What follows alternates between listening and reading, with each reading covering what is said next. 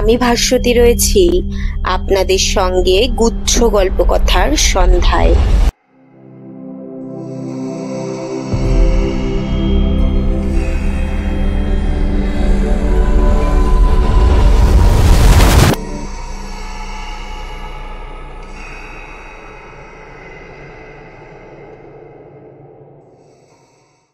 আজকে কোনো ভূতের গল্প নয়, আজকে নিয়ে এসেছি একটি সত্যি ঘটনা, যা শুনলে তোমাদের গায়ে একটু হলেও কাঁটা দেবে। আর এই ঘটনাটি আসলেই কি সত্যি, বা তোমাদের কি মনে হচ্ছে তা কমেন্ট করে জানাও আমাকে। এছাড়া লাইক আর সাবস্ক্রাইব করতেও ভুলো না। ফিরে আসি ঘটনায়। ঘটনাটি হলো আমাদের বাংলার শেষ সতীদাহ। তোমরা তো সবাই জানো, রাজা রামমোহন রায়ের হাত ধরেই এই সতীদাহ প্রথা বন্ধ হয়েছিল। কিন্তু সেই বন্ধ হওয়ার ঠিক আগে সতীদাহটি যেভাবে ঘটে, সেই ঘটনাটি লেখক এই লেখায় তুলে ধরেছেন। চলুন ঘটনাটি শুনে নিই। সতীদাহ কথাটা এখন অভিধানের পৃষ্ঠায় মুখ লুকিয়েছে। মৃত পতির চিতায় বিধবা পত্নীকে পুড়িয়ে মারা হচ্ছে। এরকম নৃশংস কাণ্ড এখন আমরা কল্পনাও করতে পারি না। কিন্তু মাত্র শতাধিক বৎসর পূর্বেও এ দেশে প্রথা প্রচলিত ছিল। বিধবা স্ত্রীকে যে সহমৃতা হতে হবে, হিন্দু শাস্ত্রে এরকম কোনো বিধান নেই। এটা ছিল নেহাতই সংস্কার। কিন্তু সংস্কার যে মানুষকে কত দূর নৃশংস করে তুলতে পারে, তার একটি চিত্র পাওয়া যায় লর্ড আমহার্স্টের পত্নীর লেখা থেকে। আমহার্স্ট পত্নী লিখছেন, জনৈক যুবক কলেরায় মারা গেলে তার বিধবা পত্নী সহমৃতা হবার সংকল্প করেন। তদনুযায়ী ব্যবস্থাদি করা হয়। ম্যাজিস্ট্রেটের কাছ থেকে অনুমতিপত্র সংগ্রহ করা হয়। নিকটতম আত্মীয়রা চিতাগ্নি প্রজ্বলিত করেন। কিন্তু অগ্নিশিখা যখন হতভাগিনীকে স্পর্শ করল, তখন তাহার সাহস উপে গেল। জনতার কর্ণপটাহ বিদারণকারী চিৎকার, ঢাকঢোল কাশির বাজনার মধ্যে ধূম্রকুণ্ডলীর আড়ালে সকলের অলক্ষ্যে সে চিতা থেকে নেমে পড়ে পার্শ্ববর্তী জঙ্গলের মধ্যে আত্মগোপন করে। সে যে পলায়ন করেছে, প্রথমে তা ধরাই পড়েনি। কিন্তু ধোঁয়া কেটে যেতে ধরা পড়ে গেল যে হতভাগিনী চিতায় নেই। হই হই পড়ে গেল। ক্রুদ্ধ জনতা জঙ্গল ঢু মেরে হতভাগিনীকে টেনে হিচড়ে বার করে আনলো। তারপর একটা ডিঙিতে করে মাঝ নদীতে নিয়ে গিয়ে জলে ছুঁড়ে ফেলে দেওয়া হলো। হতভাগিনী সেই যে ডুবলো, আর উঠল না। এই ঘটনা সেকালে বাংলাদেশে বিশেষ চাঞ্চল্য সৃষ্টি করেছিল। এরপর রাজা রামমোহন রায় প্রমুখের নেতৃত্বে সতীদাহ প্রথার বিরুদ্ধে আন্দোলন সবিশেষ জোরদার হয়ে ওঠে এবং শেষ পর্যন্ত 1829 সালের 4 ডিসেম্বর তদানীন্তন governor general Lord William Bentinck সতীদাহ নিষিদ্ধ করে এক আইন জারি করেন। তারপরই এই নৃশংস প্রথার অবসান ঘটে। এখন তা অতীতের দুঃস্বপ্ন মিশ্রিত একটি স্মৃতি মাত্র। এই আইন যখন জারি হয়, স্যার হ্যালিডে ছিলেন হুগলির জেলা ম্যাজিস্ট্রেট। আইন চালু হবার আগে হুগলিতে একটি সতীদাহের ঘটনা ঘটেছিল। স্যার হ্যালিডের মতে এইটাই বাংলাদেশের শেষ সতীদাহ। স্যার হ্যালিডে এই শেষ সতীদাহের একটি অতি কৌতূহল উদ্দীপক বিবরণ লিপিবদ্ধ করে গেছেন। এর মধ্যে কতটা কল্পনা আর কতটা সত্যি, তা এখন আর যাচাই করে দেখার উপায় নেই।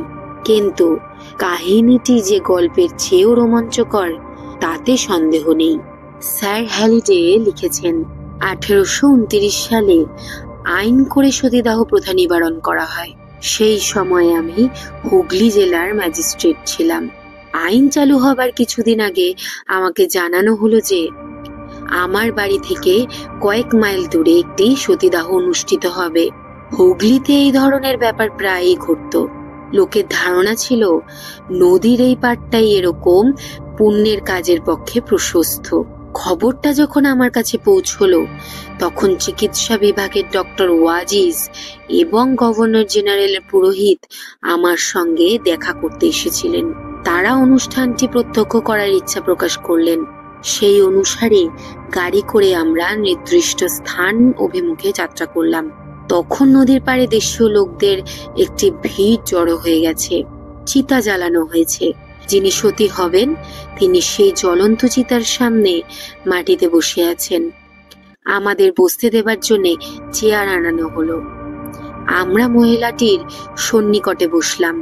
আমার সঙ্গীদ্বয় দেশীয় ভাষা না জানলেও মহিলাকে এই কার্য থেকে প্রতিনিবৃত্ত করার জন্য যুক্তি প্রয়োগ করতে লাগলেন। আমাদের বক্তব্য আমি মহিলাকে তার ভাষার তর্জমা করে শোনাতে লাগলাম। মহিলা সশ্রদ্ধ গাম্ভীর্যের সঙ্গে আমাদের প্রতিটি কথা শুনলেন, কিন্তু আমাদের যুক্তি তার মনে বিন্দু মাত্র রেখাপাত করতে পেরেছে বলে মনে হলো না। পুরোহিত এবং আমার সমবেত জনতাও মন দিয়ে আমাদের কথা শুনছিল। অবশেষে মহিলার মধ্যে একটু যেন চাঞ্চল্য প্রকাশ পেল। তিনি চিতায় প্রবেশের অনুমতি প্রার্থনা করলেন। আমাদের করার আর কিছু নেই দেখে আমি মহিলাকে অনুমতি দিলাম, কিন্তু চিতায় আরোহণের পূর্বে পাদ্রী সাহেব মহিলাকে আর একটি প্রশ্ন করতে অনুরোধ করলেন। মহিলা কি জানেন কি নিদারুণ শারীরিক যন্ত্রণা তাকে ভোগ করতে হবে? ভদ্র মহিলা আমার পায়ের কাছে বসেছিলেন। হঠাৎ দেখলাম তার বুদ্ধিদীপ্ত মুখে ঈষৎ ব্যঙ্গের অভিব্যক্তি ফুটে উঠেছে। প্রশ্নের জবাবে মহিলা বললেন, একটি প্রদীপ আনানো হোক। প্রদীপ আনানো হলো। নৌকো ধরনের যে প্রদীপ চাষিরা সাধারণত ব্যবহার করে থাকে, সেই সঙ্গে এলো ঘি আর বেশ বড় একটা সলতে। প্রদীপটা মহিলা নিজেই যথারীতি সাজালেন। তারপর বললেন, এইবার জ্বালান। প্রদীপটা জ্বালিয়ে মহিলার সামনে রাখা হলো। তারপর উপেক্ষার দৃষ্টিতে আমাদের দিকে তাকিয়ে মহিলা মাটিতে কনুই রেখে একটা আঙুল প্রদীপের শিখার উপর ধরলেন। আঙুলটা পুড়ে ফুসকা উঠল, তারপর কালো হয়ে ঝুলে পড়ল। ভালুকের কলম মোমবাতির উপর ধরলে যেমনটি হয়। মহিলা কিন্তু এক মুহূর্তের জন্য আঙুল সরালেন না, একটি শব্দ করলেন না, বা তার মুখের অভিব্যক্তি একটুও পরিবর্তিত হলো না। এইরকম কিছুক্ষণ চলল। তারপর ভদ্রমহিলা বললেন, এইবার আপনার সন্দেহভাজন হয়েছে তো? আমি বললাম, হ্যাঁ হয়েছে। মহিলা তখন আঙ্গুল সরিয়ে দিয়ে দৃঢ়তাব্যঞ্জক কণ্ঠে বললেন, এইবার তাহলে আমি চিতায় আরোহণ করতে পারি? আমরা সম্মতি দিলাম। ভদ্রমহিলা তখন ধীরে ধীরে চিতায় আরোহণ করলেন। নদীর পাড় ঘেঁষে চিতাটি রচনা করা হয়েছিল। চিতাটি ছিল প্রায় 4.5 ফুট উঁচু এবং প্রায় ততটাই লম্বা। চওড়া ছিল প্রায় 3 ফুট। মহিলাকে বার তিনেক চিতাটি প্রদক্ষিণ করানো হলো। তারপর তিনি চিতায় আরোহণ করলেন। উপুর হয়ে হাতের উপর মুখ রেখে মহিলা চিতার উপর শুলেন, যেন ঘুমোতে যাচ্ছেন। মহিলার উপর তারপর আর এক পর্দা কাঠ চাপানো হলো। ইচ্ছে করলেও যাতে তিনি চিতা ছেড়ে বেরোতে না পারেন, সেই উদ্দেশ্যে জনতা তাকে চিতার সঙ্গে বাঁধতে যাচ্ছিল। আমি বাধা দিলাম। তারা অনিচ্ছার সঙ্গে আমার নিষেধ শুনল। এইবার তার ছেলেকে ডাকা হলো চিতায় আগুন দিতে। ভদ্রমহিলার স্বামী দূরদেশে মারা গিয়েছিলেন, তার দেহ আনা সম্ভব হয়নি। তার বদলে তার পরিধেয়র কিছু অংশ মহিলার সঙ্গে চিতায় দেওয়া হলো। তারপর ধূপের গুঁড়ো আর ঘি দিয়ে চিতা জেলে দেওয়া হলো। প্রথমে ধোঁয়ার কুণ্ডলি উঠল পাক খেয়ে, তারপর দপ করে জ্বলে উঠল চিতা। আগুনের তাপ অসহ্য না হয়ে ওঠা পর্যন্ত আমি চিতার কাছেই দাঁড়িয়েছিলাম, কিন্তু কোন রূপ নড়াচড়া বা যন্ত্রণার আর্তনাদ আমি শুনতে পাইনি। যে পুত্র চিতায় অগ্নিসংযোগ করেছিল সেও চিতার কাছেই দাঁড়িয়েছিল। দাউ দাউ করে আগুন জ্বলে উঠতে সে কান্নায় ভেঙে পড়ল। এইভাবে হুগলি জেলার এবং সম্ভবত বাংলাদেশের শেষ আইনসম্মত সতীদাহ অনুষ্ঠিত হলো।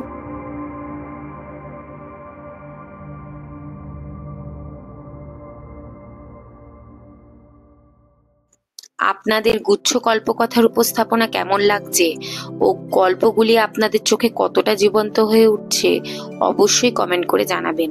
আপনাদের মন্তব্য আমাদের কাছে খুবই মূল্যবান। এছাড়া গল্প নিয়মিত শুনতে চ্যানেলটিকে সাবস্ক্রাইব করুন। গল্প কথা হলো গল্পের সম্ভার। এখানে ভৌতিক গল্প, অদ্ভুত থেকে অলৌকিক গল্প, রোমান্টিক থেকে রোমাঞ্চকর গল্প শুনতে পাবেন। এছাড়া আপনারা আপনাদের জীবনের গুরুত্বপূর্ণ স্মৃতি কিংবা ভৌতিক অথবা অলৌকিক ঘটনা ও জীবনের বিভিন্ন অভিজ্ঞতাও শেয়ার করতে পারেন। শেয়ার করার জন্য ডেসক্রিপশনে দেওয়া ও স্ক্রিনে দেওয়া মেল আইডিতে মেল করুন। আপনাদের জীবন কথা আমি পড়ে শোনাবো এই চ্যানেলে। ধন্যবাদ।